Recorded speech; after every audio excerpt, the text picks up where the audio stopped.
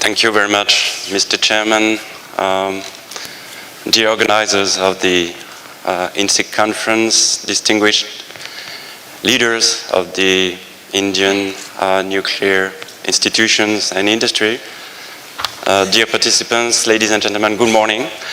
I would like first to thank again the Indian Nuclear Society and NPCIL for the kind invitation to give this second presentation on behalf of EDF this morning. So I am Antoine Guelfi. I'm also involved in the international new nuclear programs of EDF. But for this second presentation, we would like to broaden the scope. And in fact, my objective this morning is to provide you with an overview of the main industrial programs that a group like EDF is managing, which I guess is very similar to the ones that are managed by NPCIL. So we take France as a starting point, but I really would like to extend the discussion on how we can further collaborate between France and India, so not only for new nuclear. So I will extend the scope of this focus this morning. So this is a summary of my presentation. I'll be very quick on the EDF group because Vakis has already covered quite a lot. I would just add a few things. And then I will describe these industrial challenges we are tackling. And then I will explain how we organized to tackle them in France. And again, look forward to opportunities of further collaboration in India. I will end my presentation with the key topics of SCID and skills management we already addressed during the two previous days.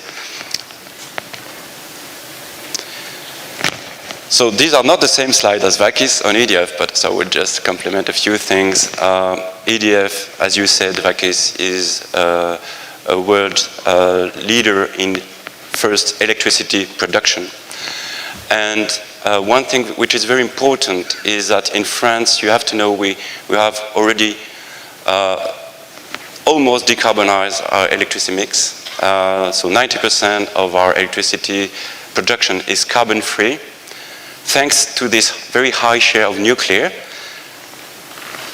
3/4 of our electricity production is made out of nuclear, and the rest is renewables. Most of the rest is renewables. So 90% carbon-free. We aim at reaching this net zero in France in 2050, and so we still have some progress to perform, but this is one of the highest decarbonized level reached in the world. So Vakis has covered this. We are present from design to decommissioning of nuclear power plants, including obviously commissioning, operation, fuel management, waste management. I will come back to this. This is the status of the current fleet of EDF nuclear reactors in France. And as you can see on this picture, we've really implemented the series effect that you mentioned earlier. Building series of the same kind of reactor is very efficient in terms of optimization, standardization, and cost savings, obviously. So we started with these 900 megawatt reactors, so we still have 32 of them operating. And then we went to the 1300, you can see in green, and then the 1400 megawatt reactors. And the next series have been presented by Vakis Ramani, will be large size EPRs, again by series. And in the UK, it's not represented here, but we have also the same fleet approach, building series of EPRs.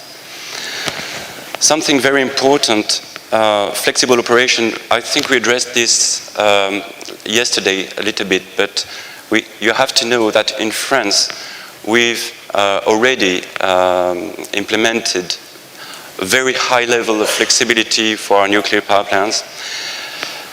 This is due to the fact that we had to do it because the share of nuclear is very high in our mix, so we had to be very maneuverable.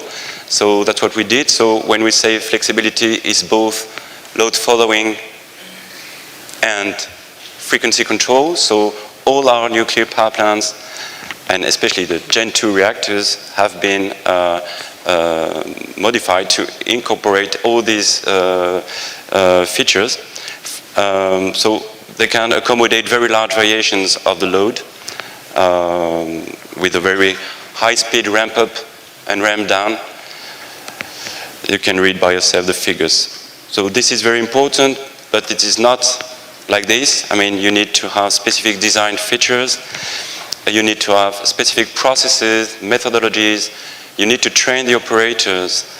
And obviously, you need to adapt and integrate this into the grid. So this has been done. And this is something also we can share. So this slide is telling you exactly the same thing. A lot of experience and flexible operations of including big nuclear power plants is feasible. We've proved it for 3 decades now. So coming to our industrial challenges. I will start with long-term operation because the main asset we have is the existing fleet of reactors. I mean, they are our best industrial and economical asset. So we need to extend their lifetime, and this is our first challenge. So in France, we've set up this huge program. I mean, it's a fleet-wide program we call the Grand Carénage. So it's a big revision, if you like, of the existing nuclear fleet, and it consists of upgrading all the existing Gen 2 reactors to extend the life over 40 years and then over 50 years and to reach 60 and even beyond. As you can read by yourself, you can see the figures here. This is a huge program. 44,000 jobs just for our industrial partners, plus the internal manpower. So roughly speaking, we're speaking about 50,000 people involved in this program. In terms of budget, you have to, I think Valérie Faudon told you yesterday, roughly speaking, 1 billion euros per unit. So we have more than 50, so the order of magnitude is 50 billion euros for this program. And just for this period, 28 billion euros are going directly to our partners. So it's a lot of investment, but it's worth doing it because you know that we have a very big and strong asset with this lifetime extension. And a lot of value is spread over the French nuclear industry. So where are we with this long-term operation? So the first thing is to perform the so-called fourth 10-yearly outages, because in France you don't have any lifetime limit which is specified by the regulator. You just have to prove every 10 years that your plant is capable of continuing its operation in safe conditions. So this obviously has to be accepted by the safety of regulator. And so we are currently finishing all these fourth 10-yearly outages for the 900 megawatt reactors. And we are also finishing the third 10-yearly outages for the 1300 reactors. And we continue like this. Valérie Faudon, yesterday, she told you that we not only perform replacement of big components, that's the first thing to do, but we also implement new safety and enhanced safety features in all the Gen 2 reactors being operated so that they reach the highest level of safety. And especially we incorporated all the lessons learned from Fukushima. So for example, all situations involving complete loss of electrical power or heatsink are now taken into account, including in Gen 2 reactor, which in fact have reached a Gen 3 level in terms of safety. So a replacement of major components, I can mention the steam generators, which are well known big components. So we've already replaced 30 out of 34 900 megawatt units. We have replaced the steam generators for those units.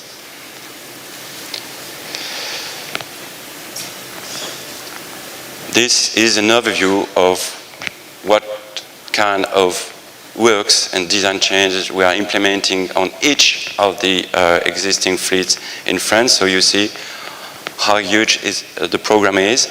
You can maybe pick up a few examples. I was mentioning post-Fukushima measures. So for example, we've implemented on each nuclear power plant a new diversified water source. We've added a new emergency diesel generator. We've added a new local crisis unit, and all these are new buildings and features capable of withstanding extreme external hazards. So these are typical post-Fukushima measures that we've implemented, and you can imagine the size of this program. So the next phase is to continue these 10-yearly outages, replacement of big components, and in parallel, preparing the studies for the next phase, because we'll have to extend beyond 50, as I said earlier. So this is the first program, and in parallel, maybe something we haven't already addressed since the beginning of this conference is the adaptation to climate change. And in France, and especially EDF, has launched a dedicated project which has been recognized by the IEA to be a relevant and state-of-the-art program. And so we have researchers and engineers managing this comprehensive program, first assessing in all the locations where we aim at developing nuclear or continuing to develop nuclear, assessing in details what are the effects of climate change and how we need to adapt the plants. So it would be all about water saving, cooling techniques, water reuse, and also impacts on the local environment. So you have to know that we've launched this program, and this also has to do with long-term operation. A second challenge, industrial program, is the decommissioning and waste management. This is very important. In France, you have to know that we are currently dismantling 9 reactors, and 2 others are being prepared for dismantling. So it's very important to know that these 9 reactors came from 4 different technologies. So we had the Brennelis reactor in Brittany. This one is a heavy water reactor. So we had one in France, and we are currently dismantling that one. In green, you can see 6 units of graphite gas reactors. Here, the first PWR in France, show A. So these are the so-called Gen 1 reactors, plus the Super Phoenix reactor at Creys-Malville. We mentioned this reactor yesterday again. So this was a fast neutron reactor. In fact, this was the biggest fast neutron reactor in the world. And it's a pity that we had to stop it. We all regret it, but that's life. And Fessenheim, I mentioned, are being prepared. So these are the first Gen 2 reactors that have been stopped in France, and so we are preparing the dismantling. So you see, all these programs bring us a lot of skills because we have to develop specific methods, techniques, scenarios for each of these different technology reactors. And we are completely responsible of the nuclear installation up to the end of the lifetime. And we are also fully responsible of managing the nuclear waste as a responsible nuclear operator. So this is very important. And so in addition to the successful decommissioning and dismantling of our nuclear power plants, we need to develop industrial solutions for the management of all kinds of waste. And yesterday, I think Valérie Faudon as well mentioned that all this. We have developed solutions for all different kinds of waste we have in France.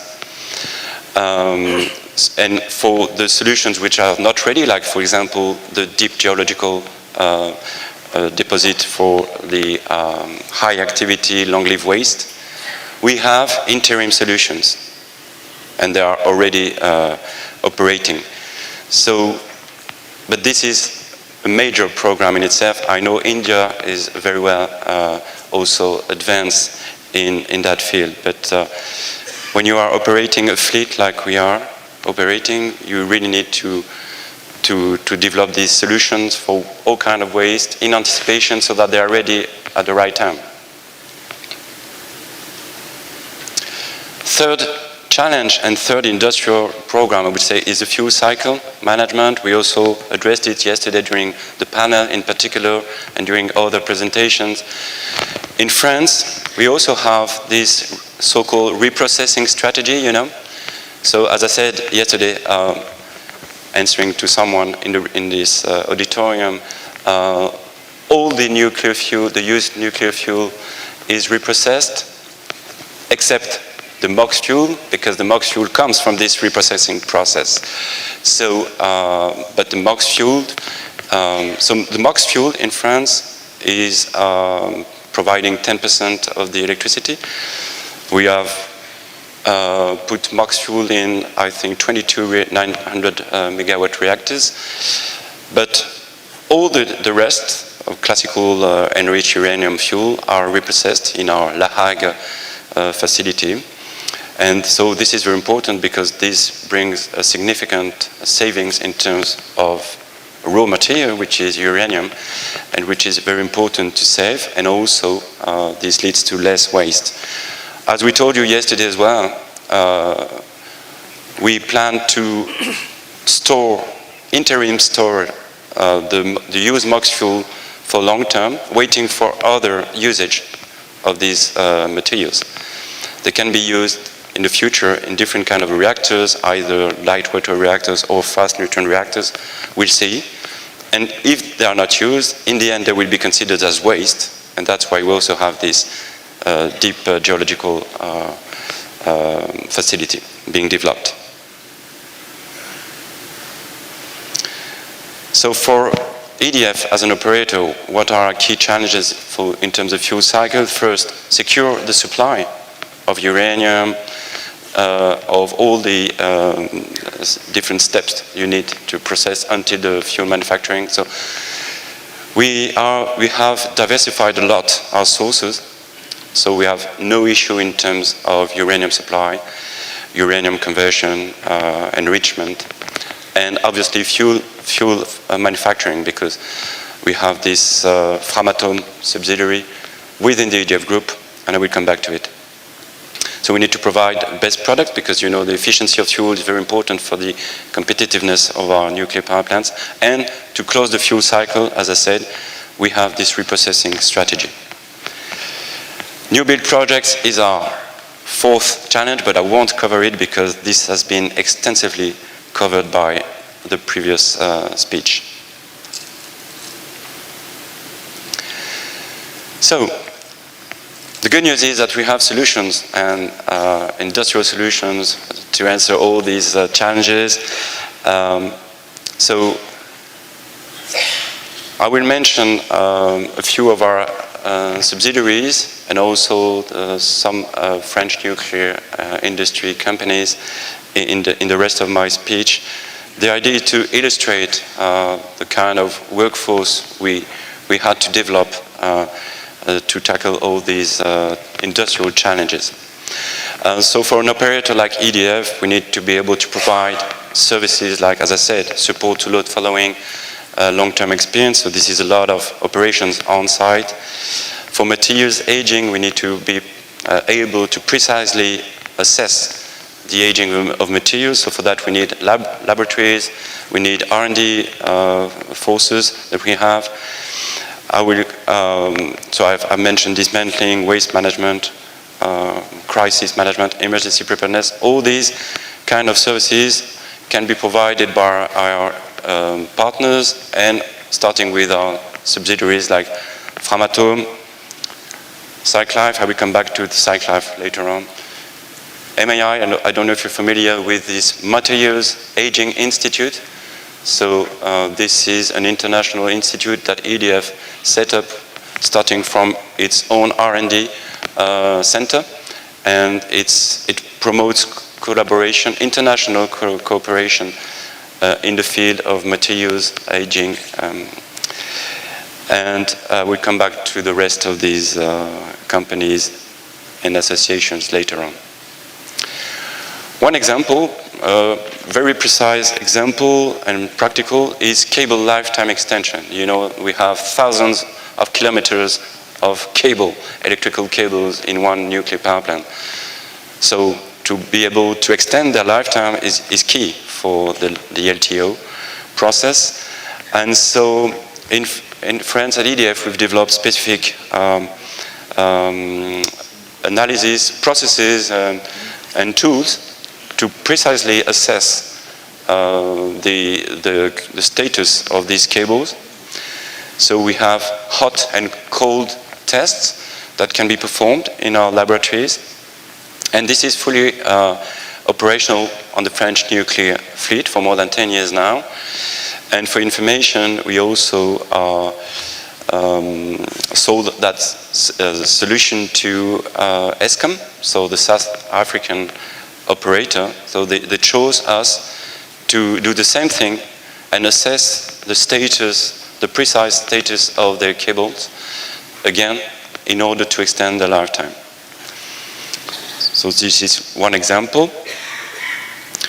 Now I need to speak about Framatome, because Framatome, you know, is a very big subsidiary of the EDF group. It provides design and manufacturing of reactors, big components, but also INC systems. And so it's a big company with more than 15,000 employees located in 20 countries, and they're currently working on 380 reactors worldwide, which means approximately 3/4 of the existing fleet in the world. Framatome is present there.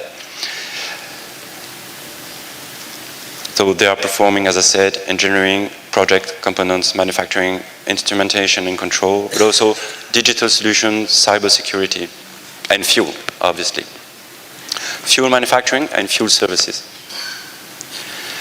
Maybe less known is that Framatome, EDF subsidiary, is very active in Canada.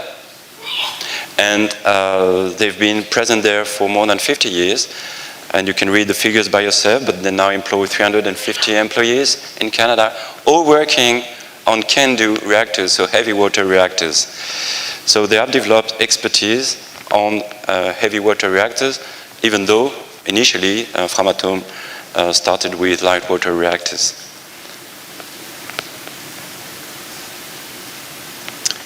And we're also present in the field of VVER reactors, and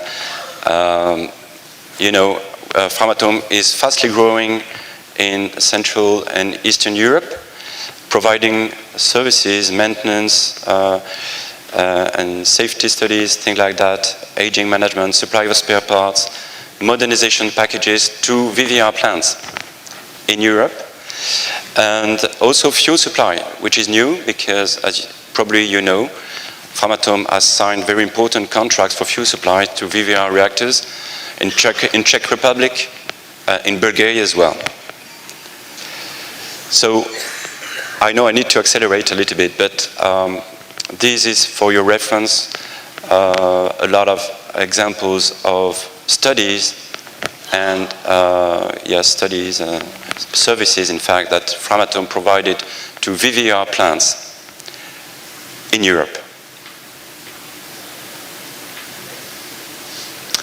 And INC, because one specificity of Framatome is to be a leader, in fact, in INC and safety INC design and manufacturing and maintenance. So, as you can see, there's a very long list of nuclear power plants, VVR ones, where Framatome has been active in the field of INC.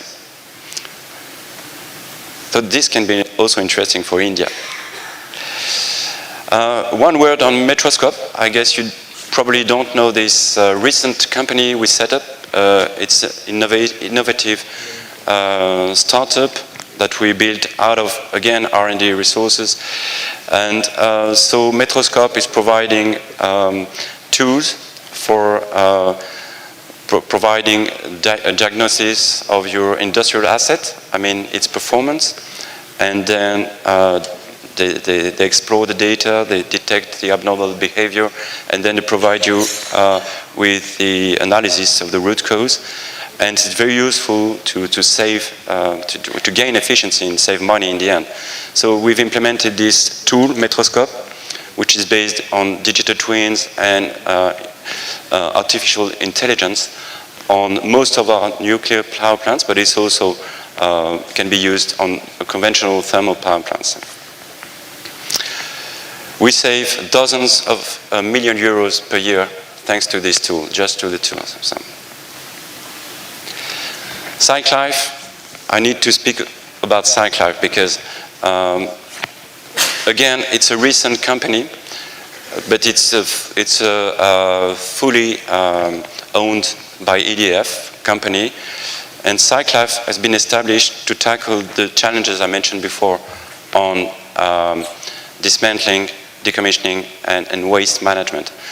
So Cyclife, it's a group in itself because you can see they have almost now 10 companies inside.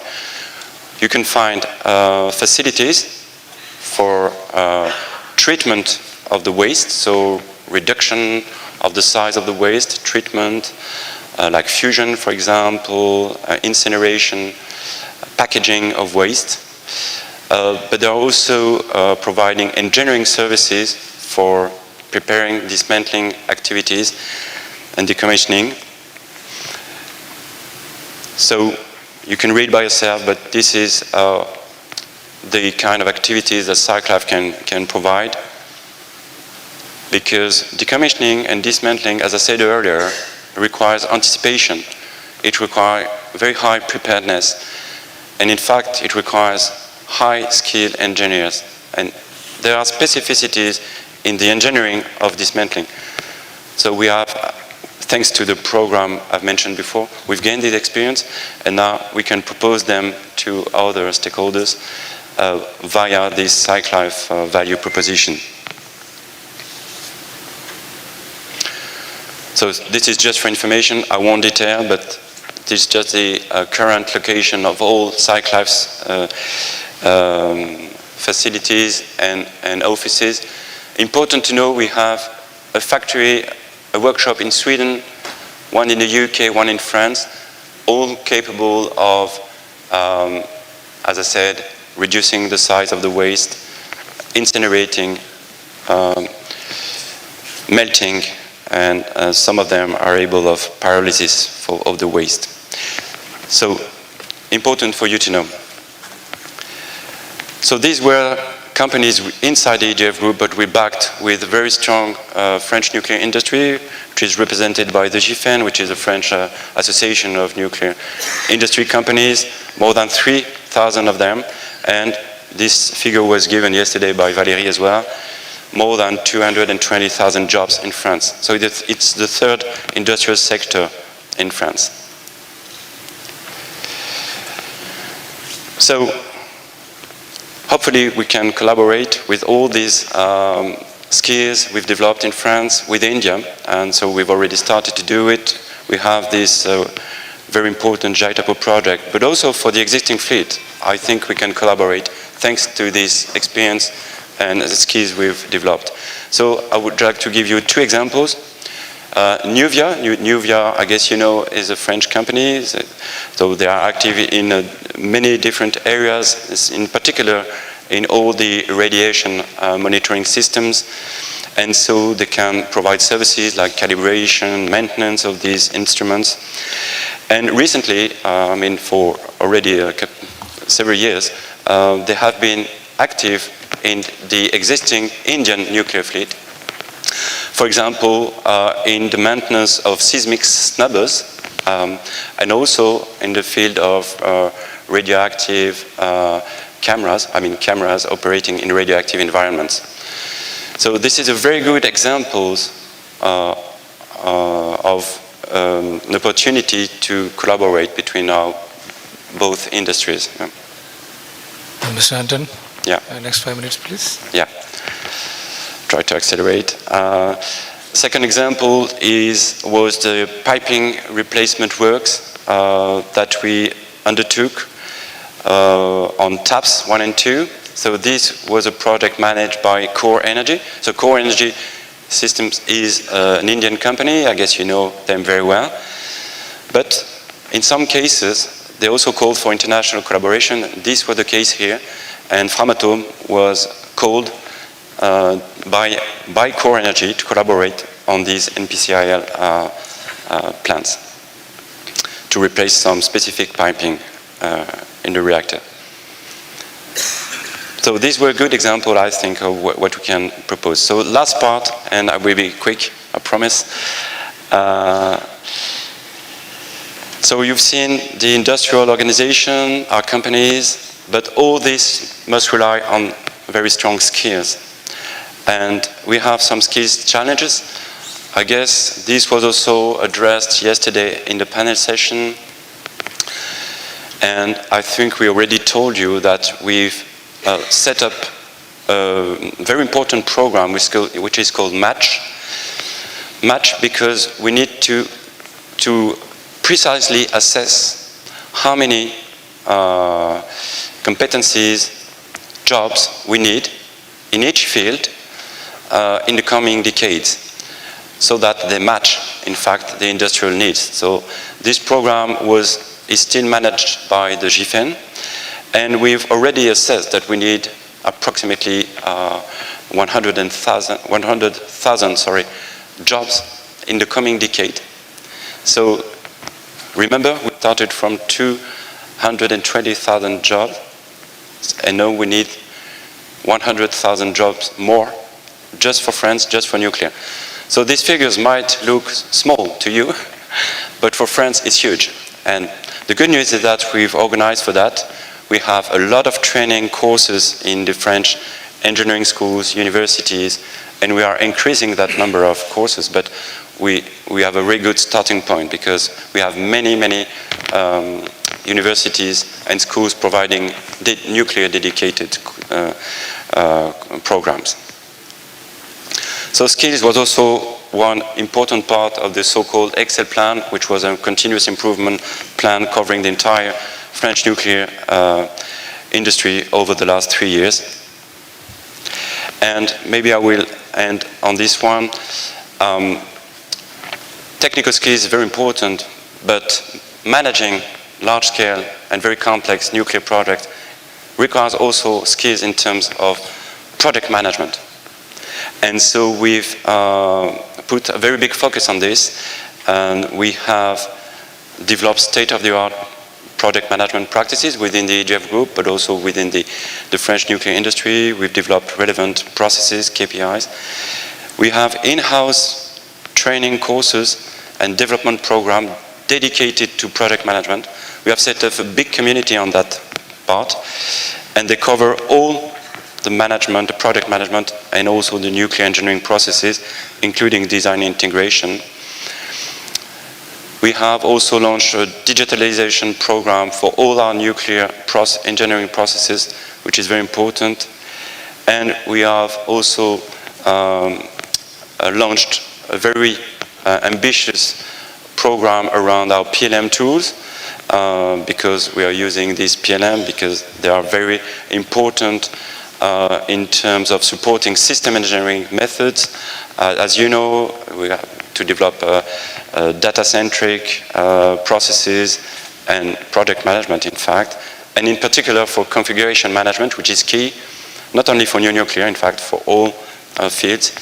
Configuration management, we have developed a lot of expertise in that field, and the PLM tools are helping us in that perspective. With that, I've finished, I promise. This was my last slide, so thank you very much for your attention.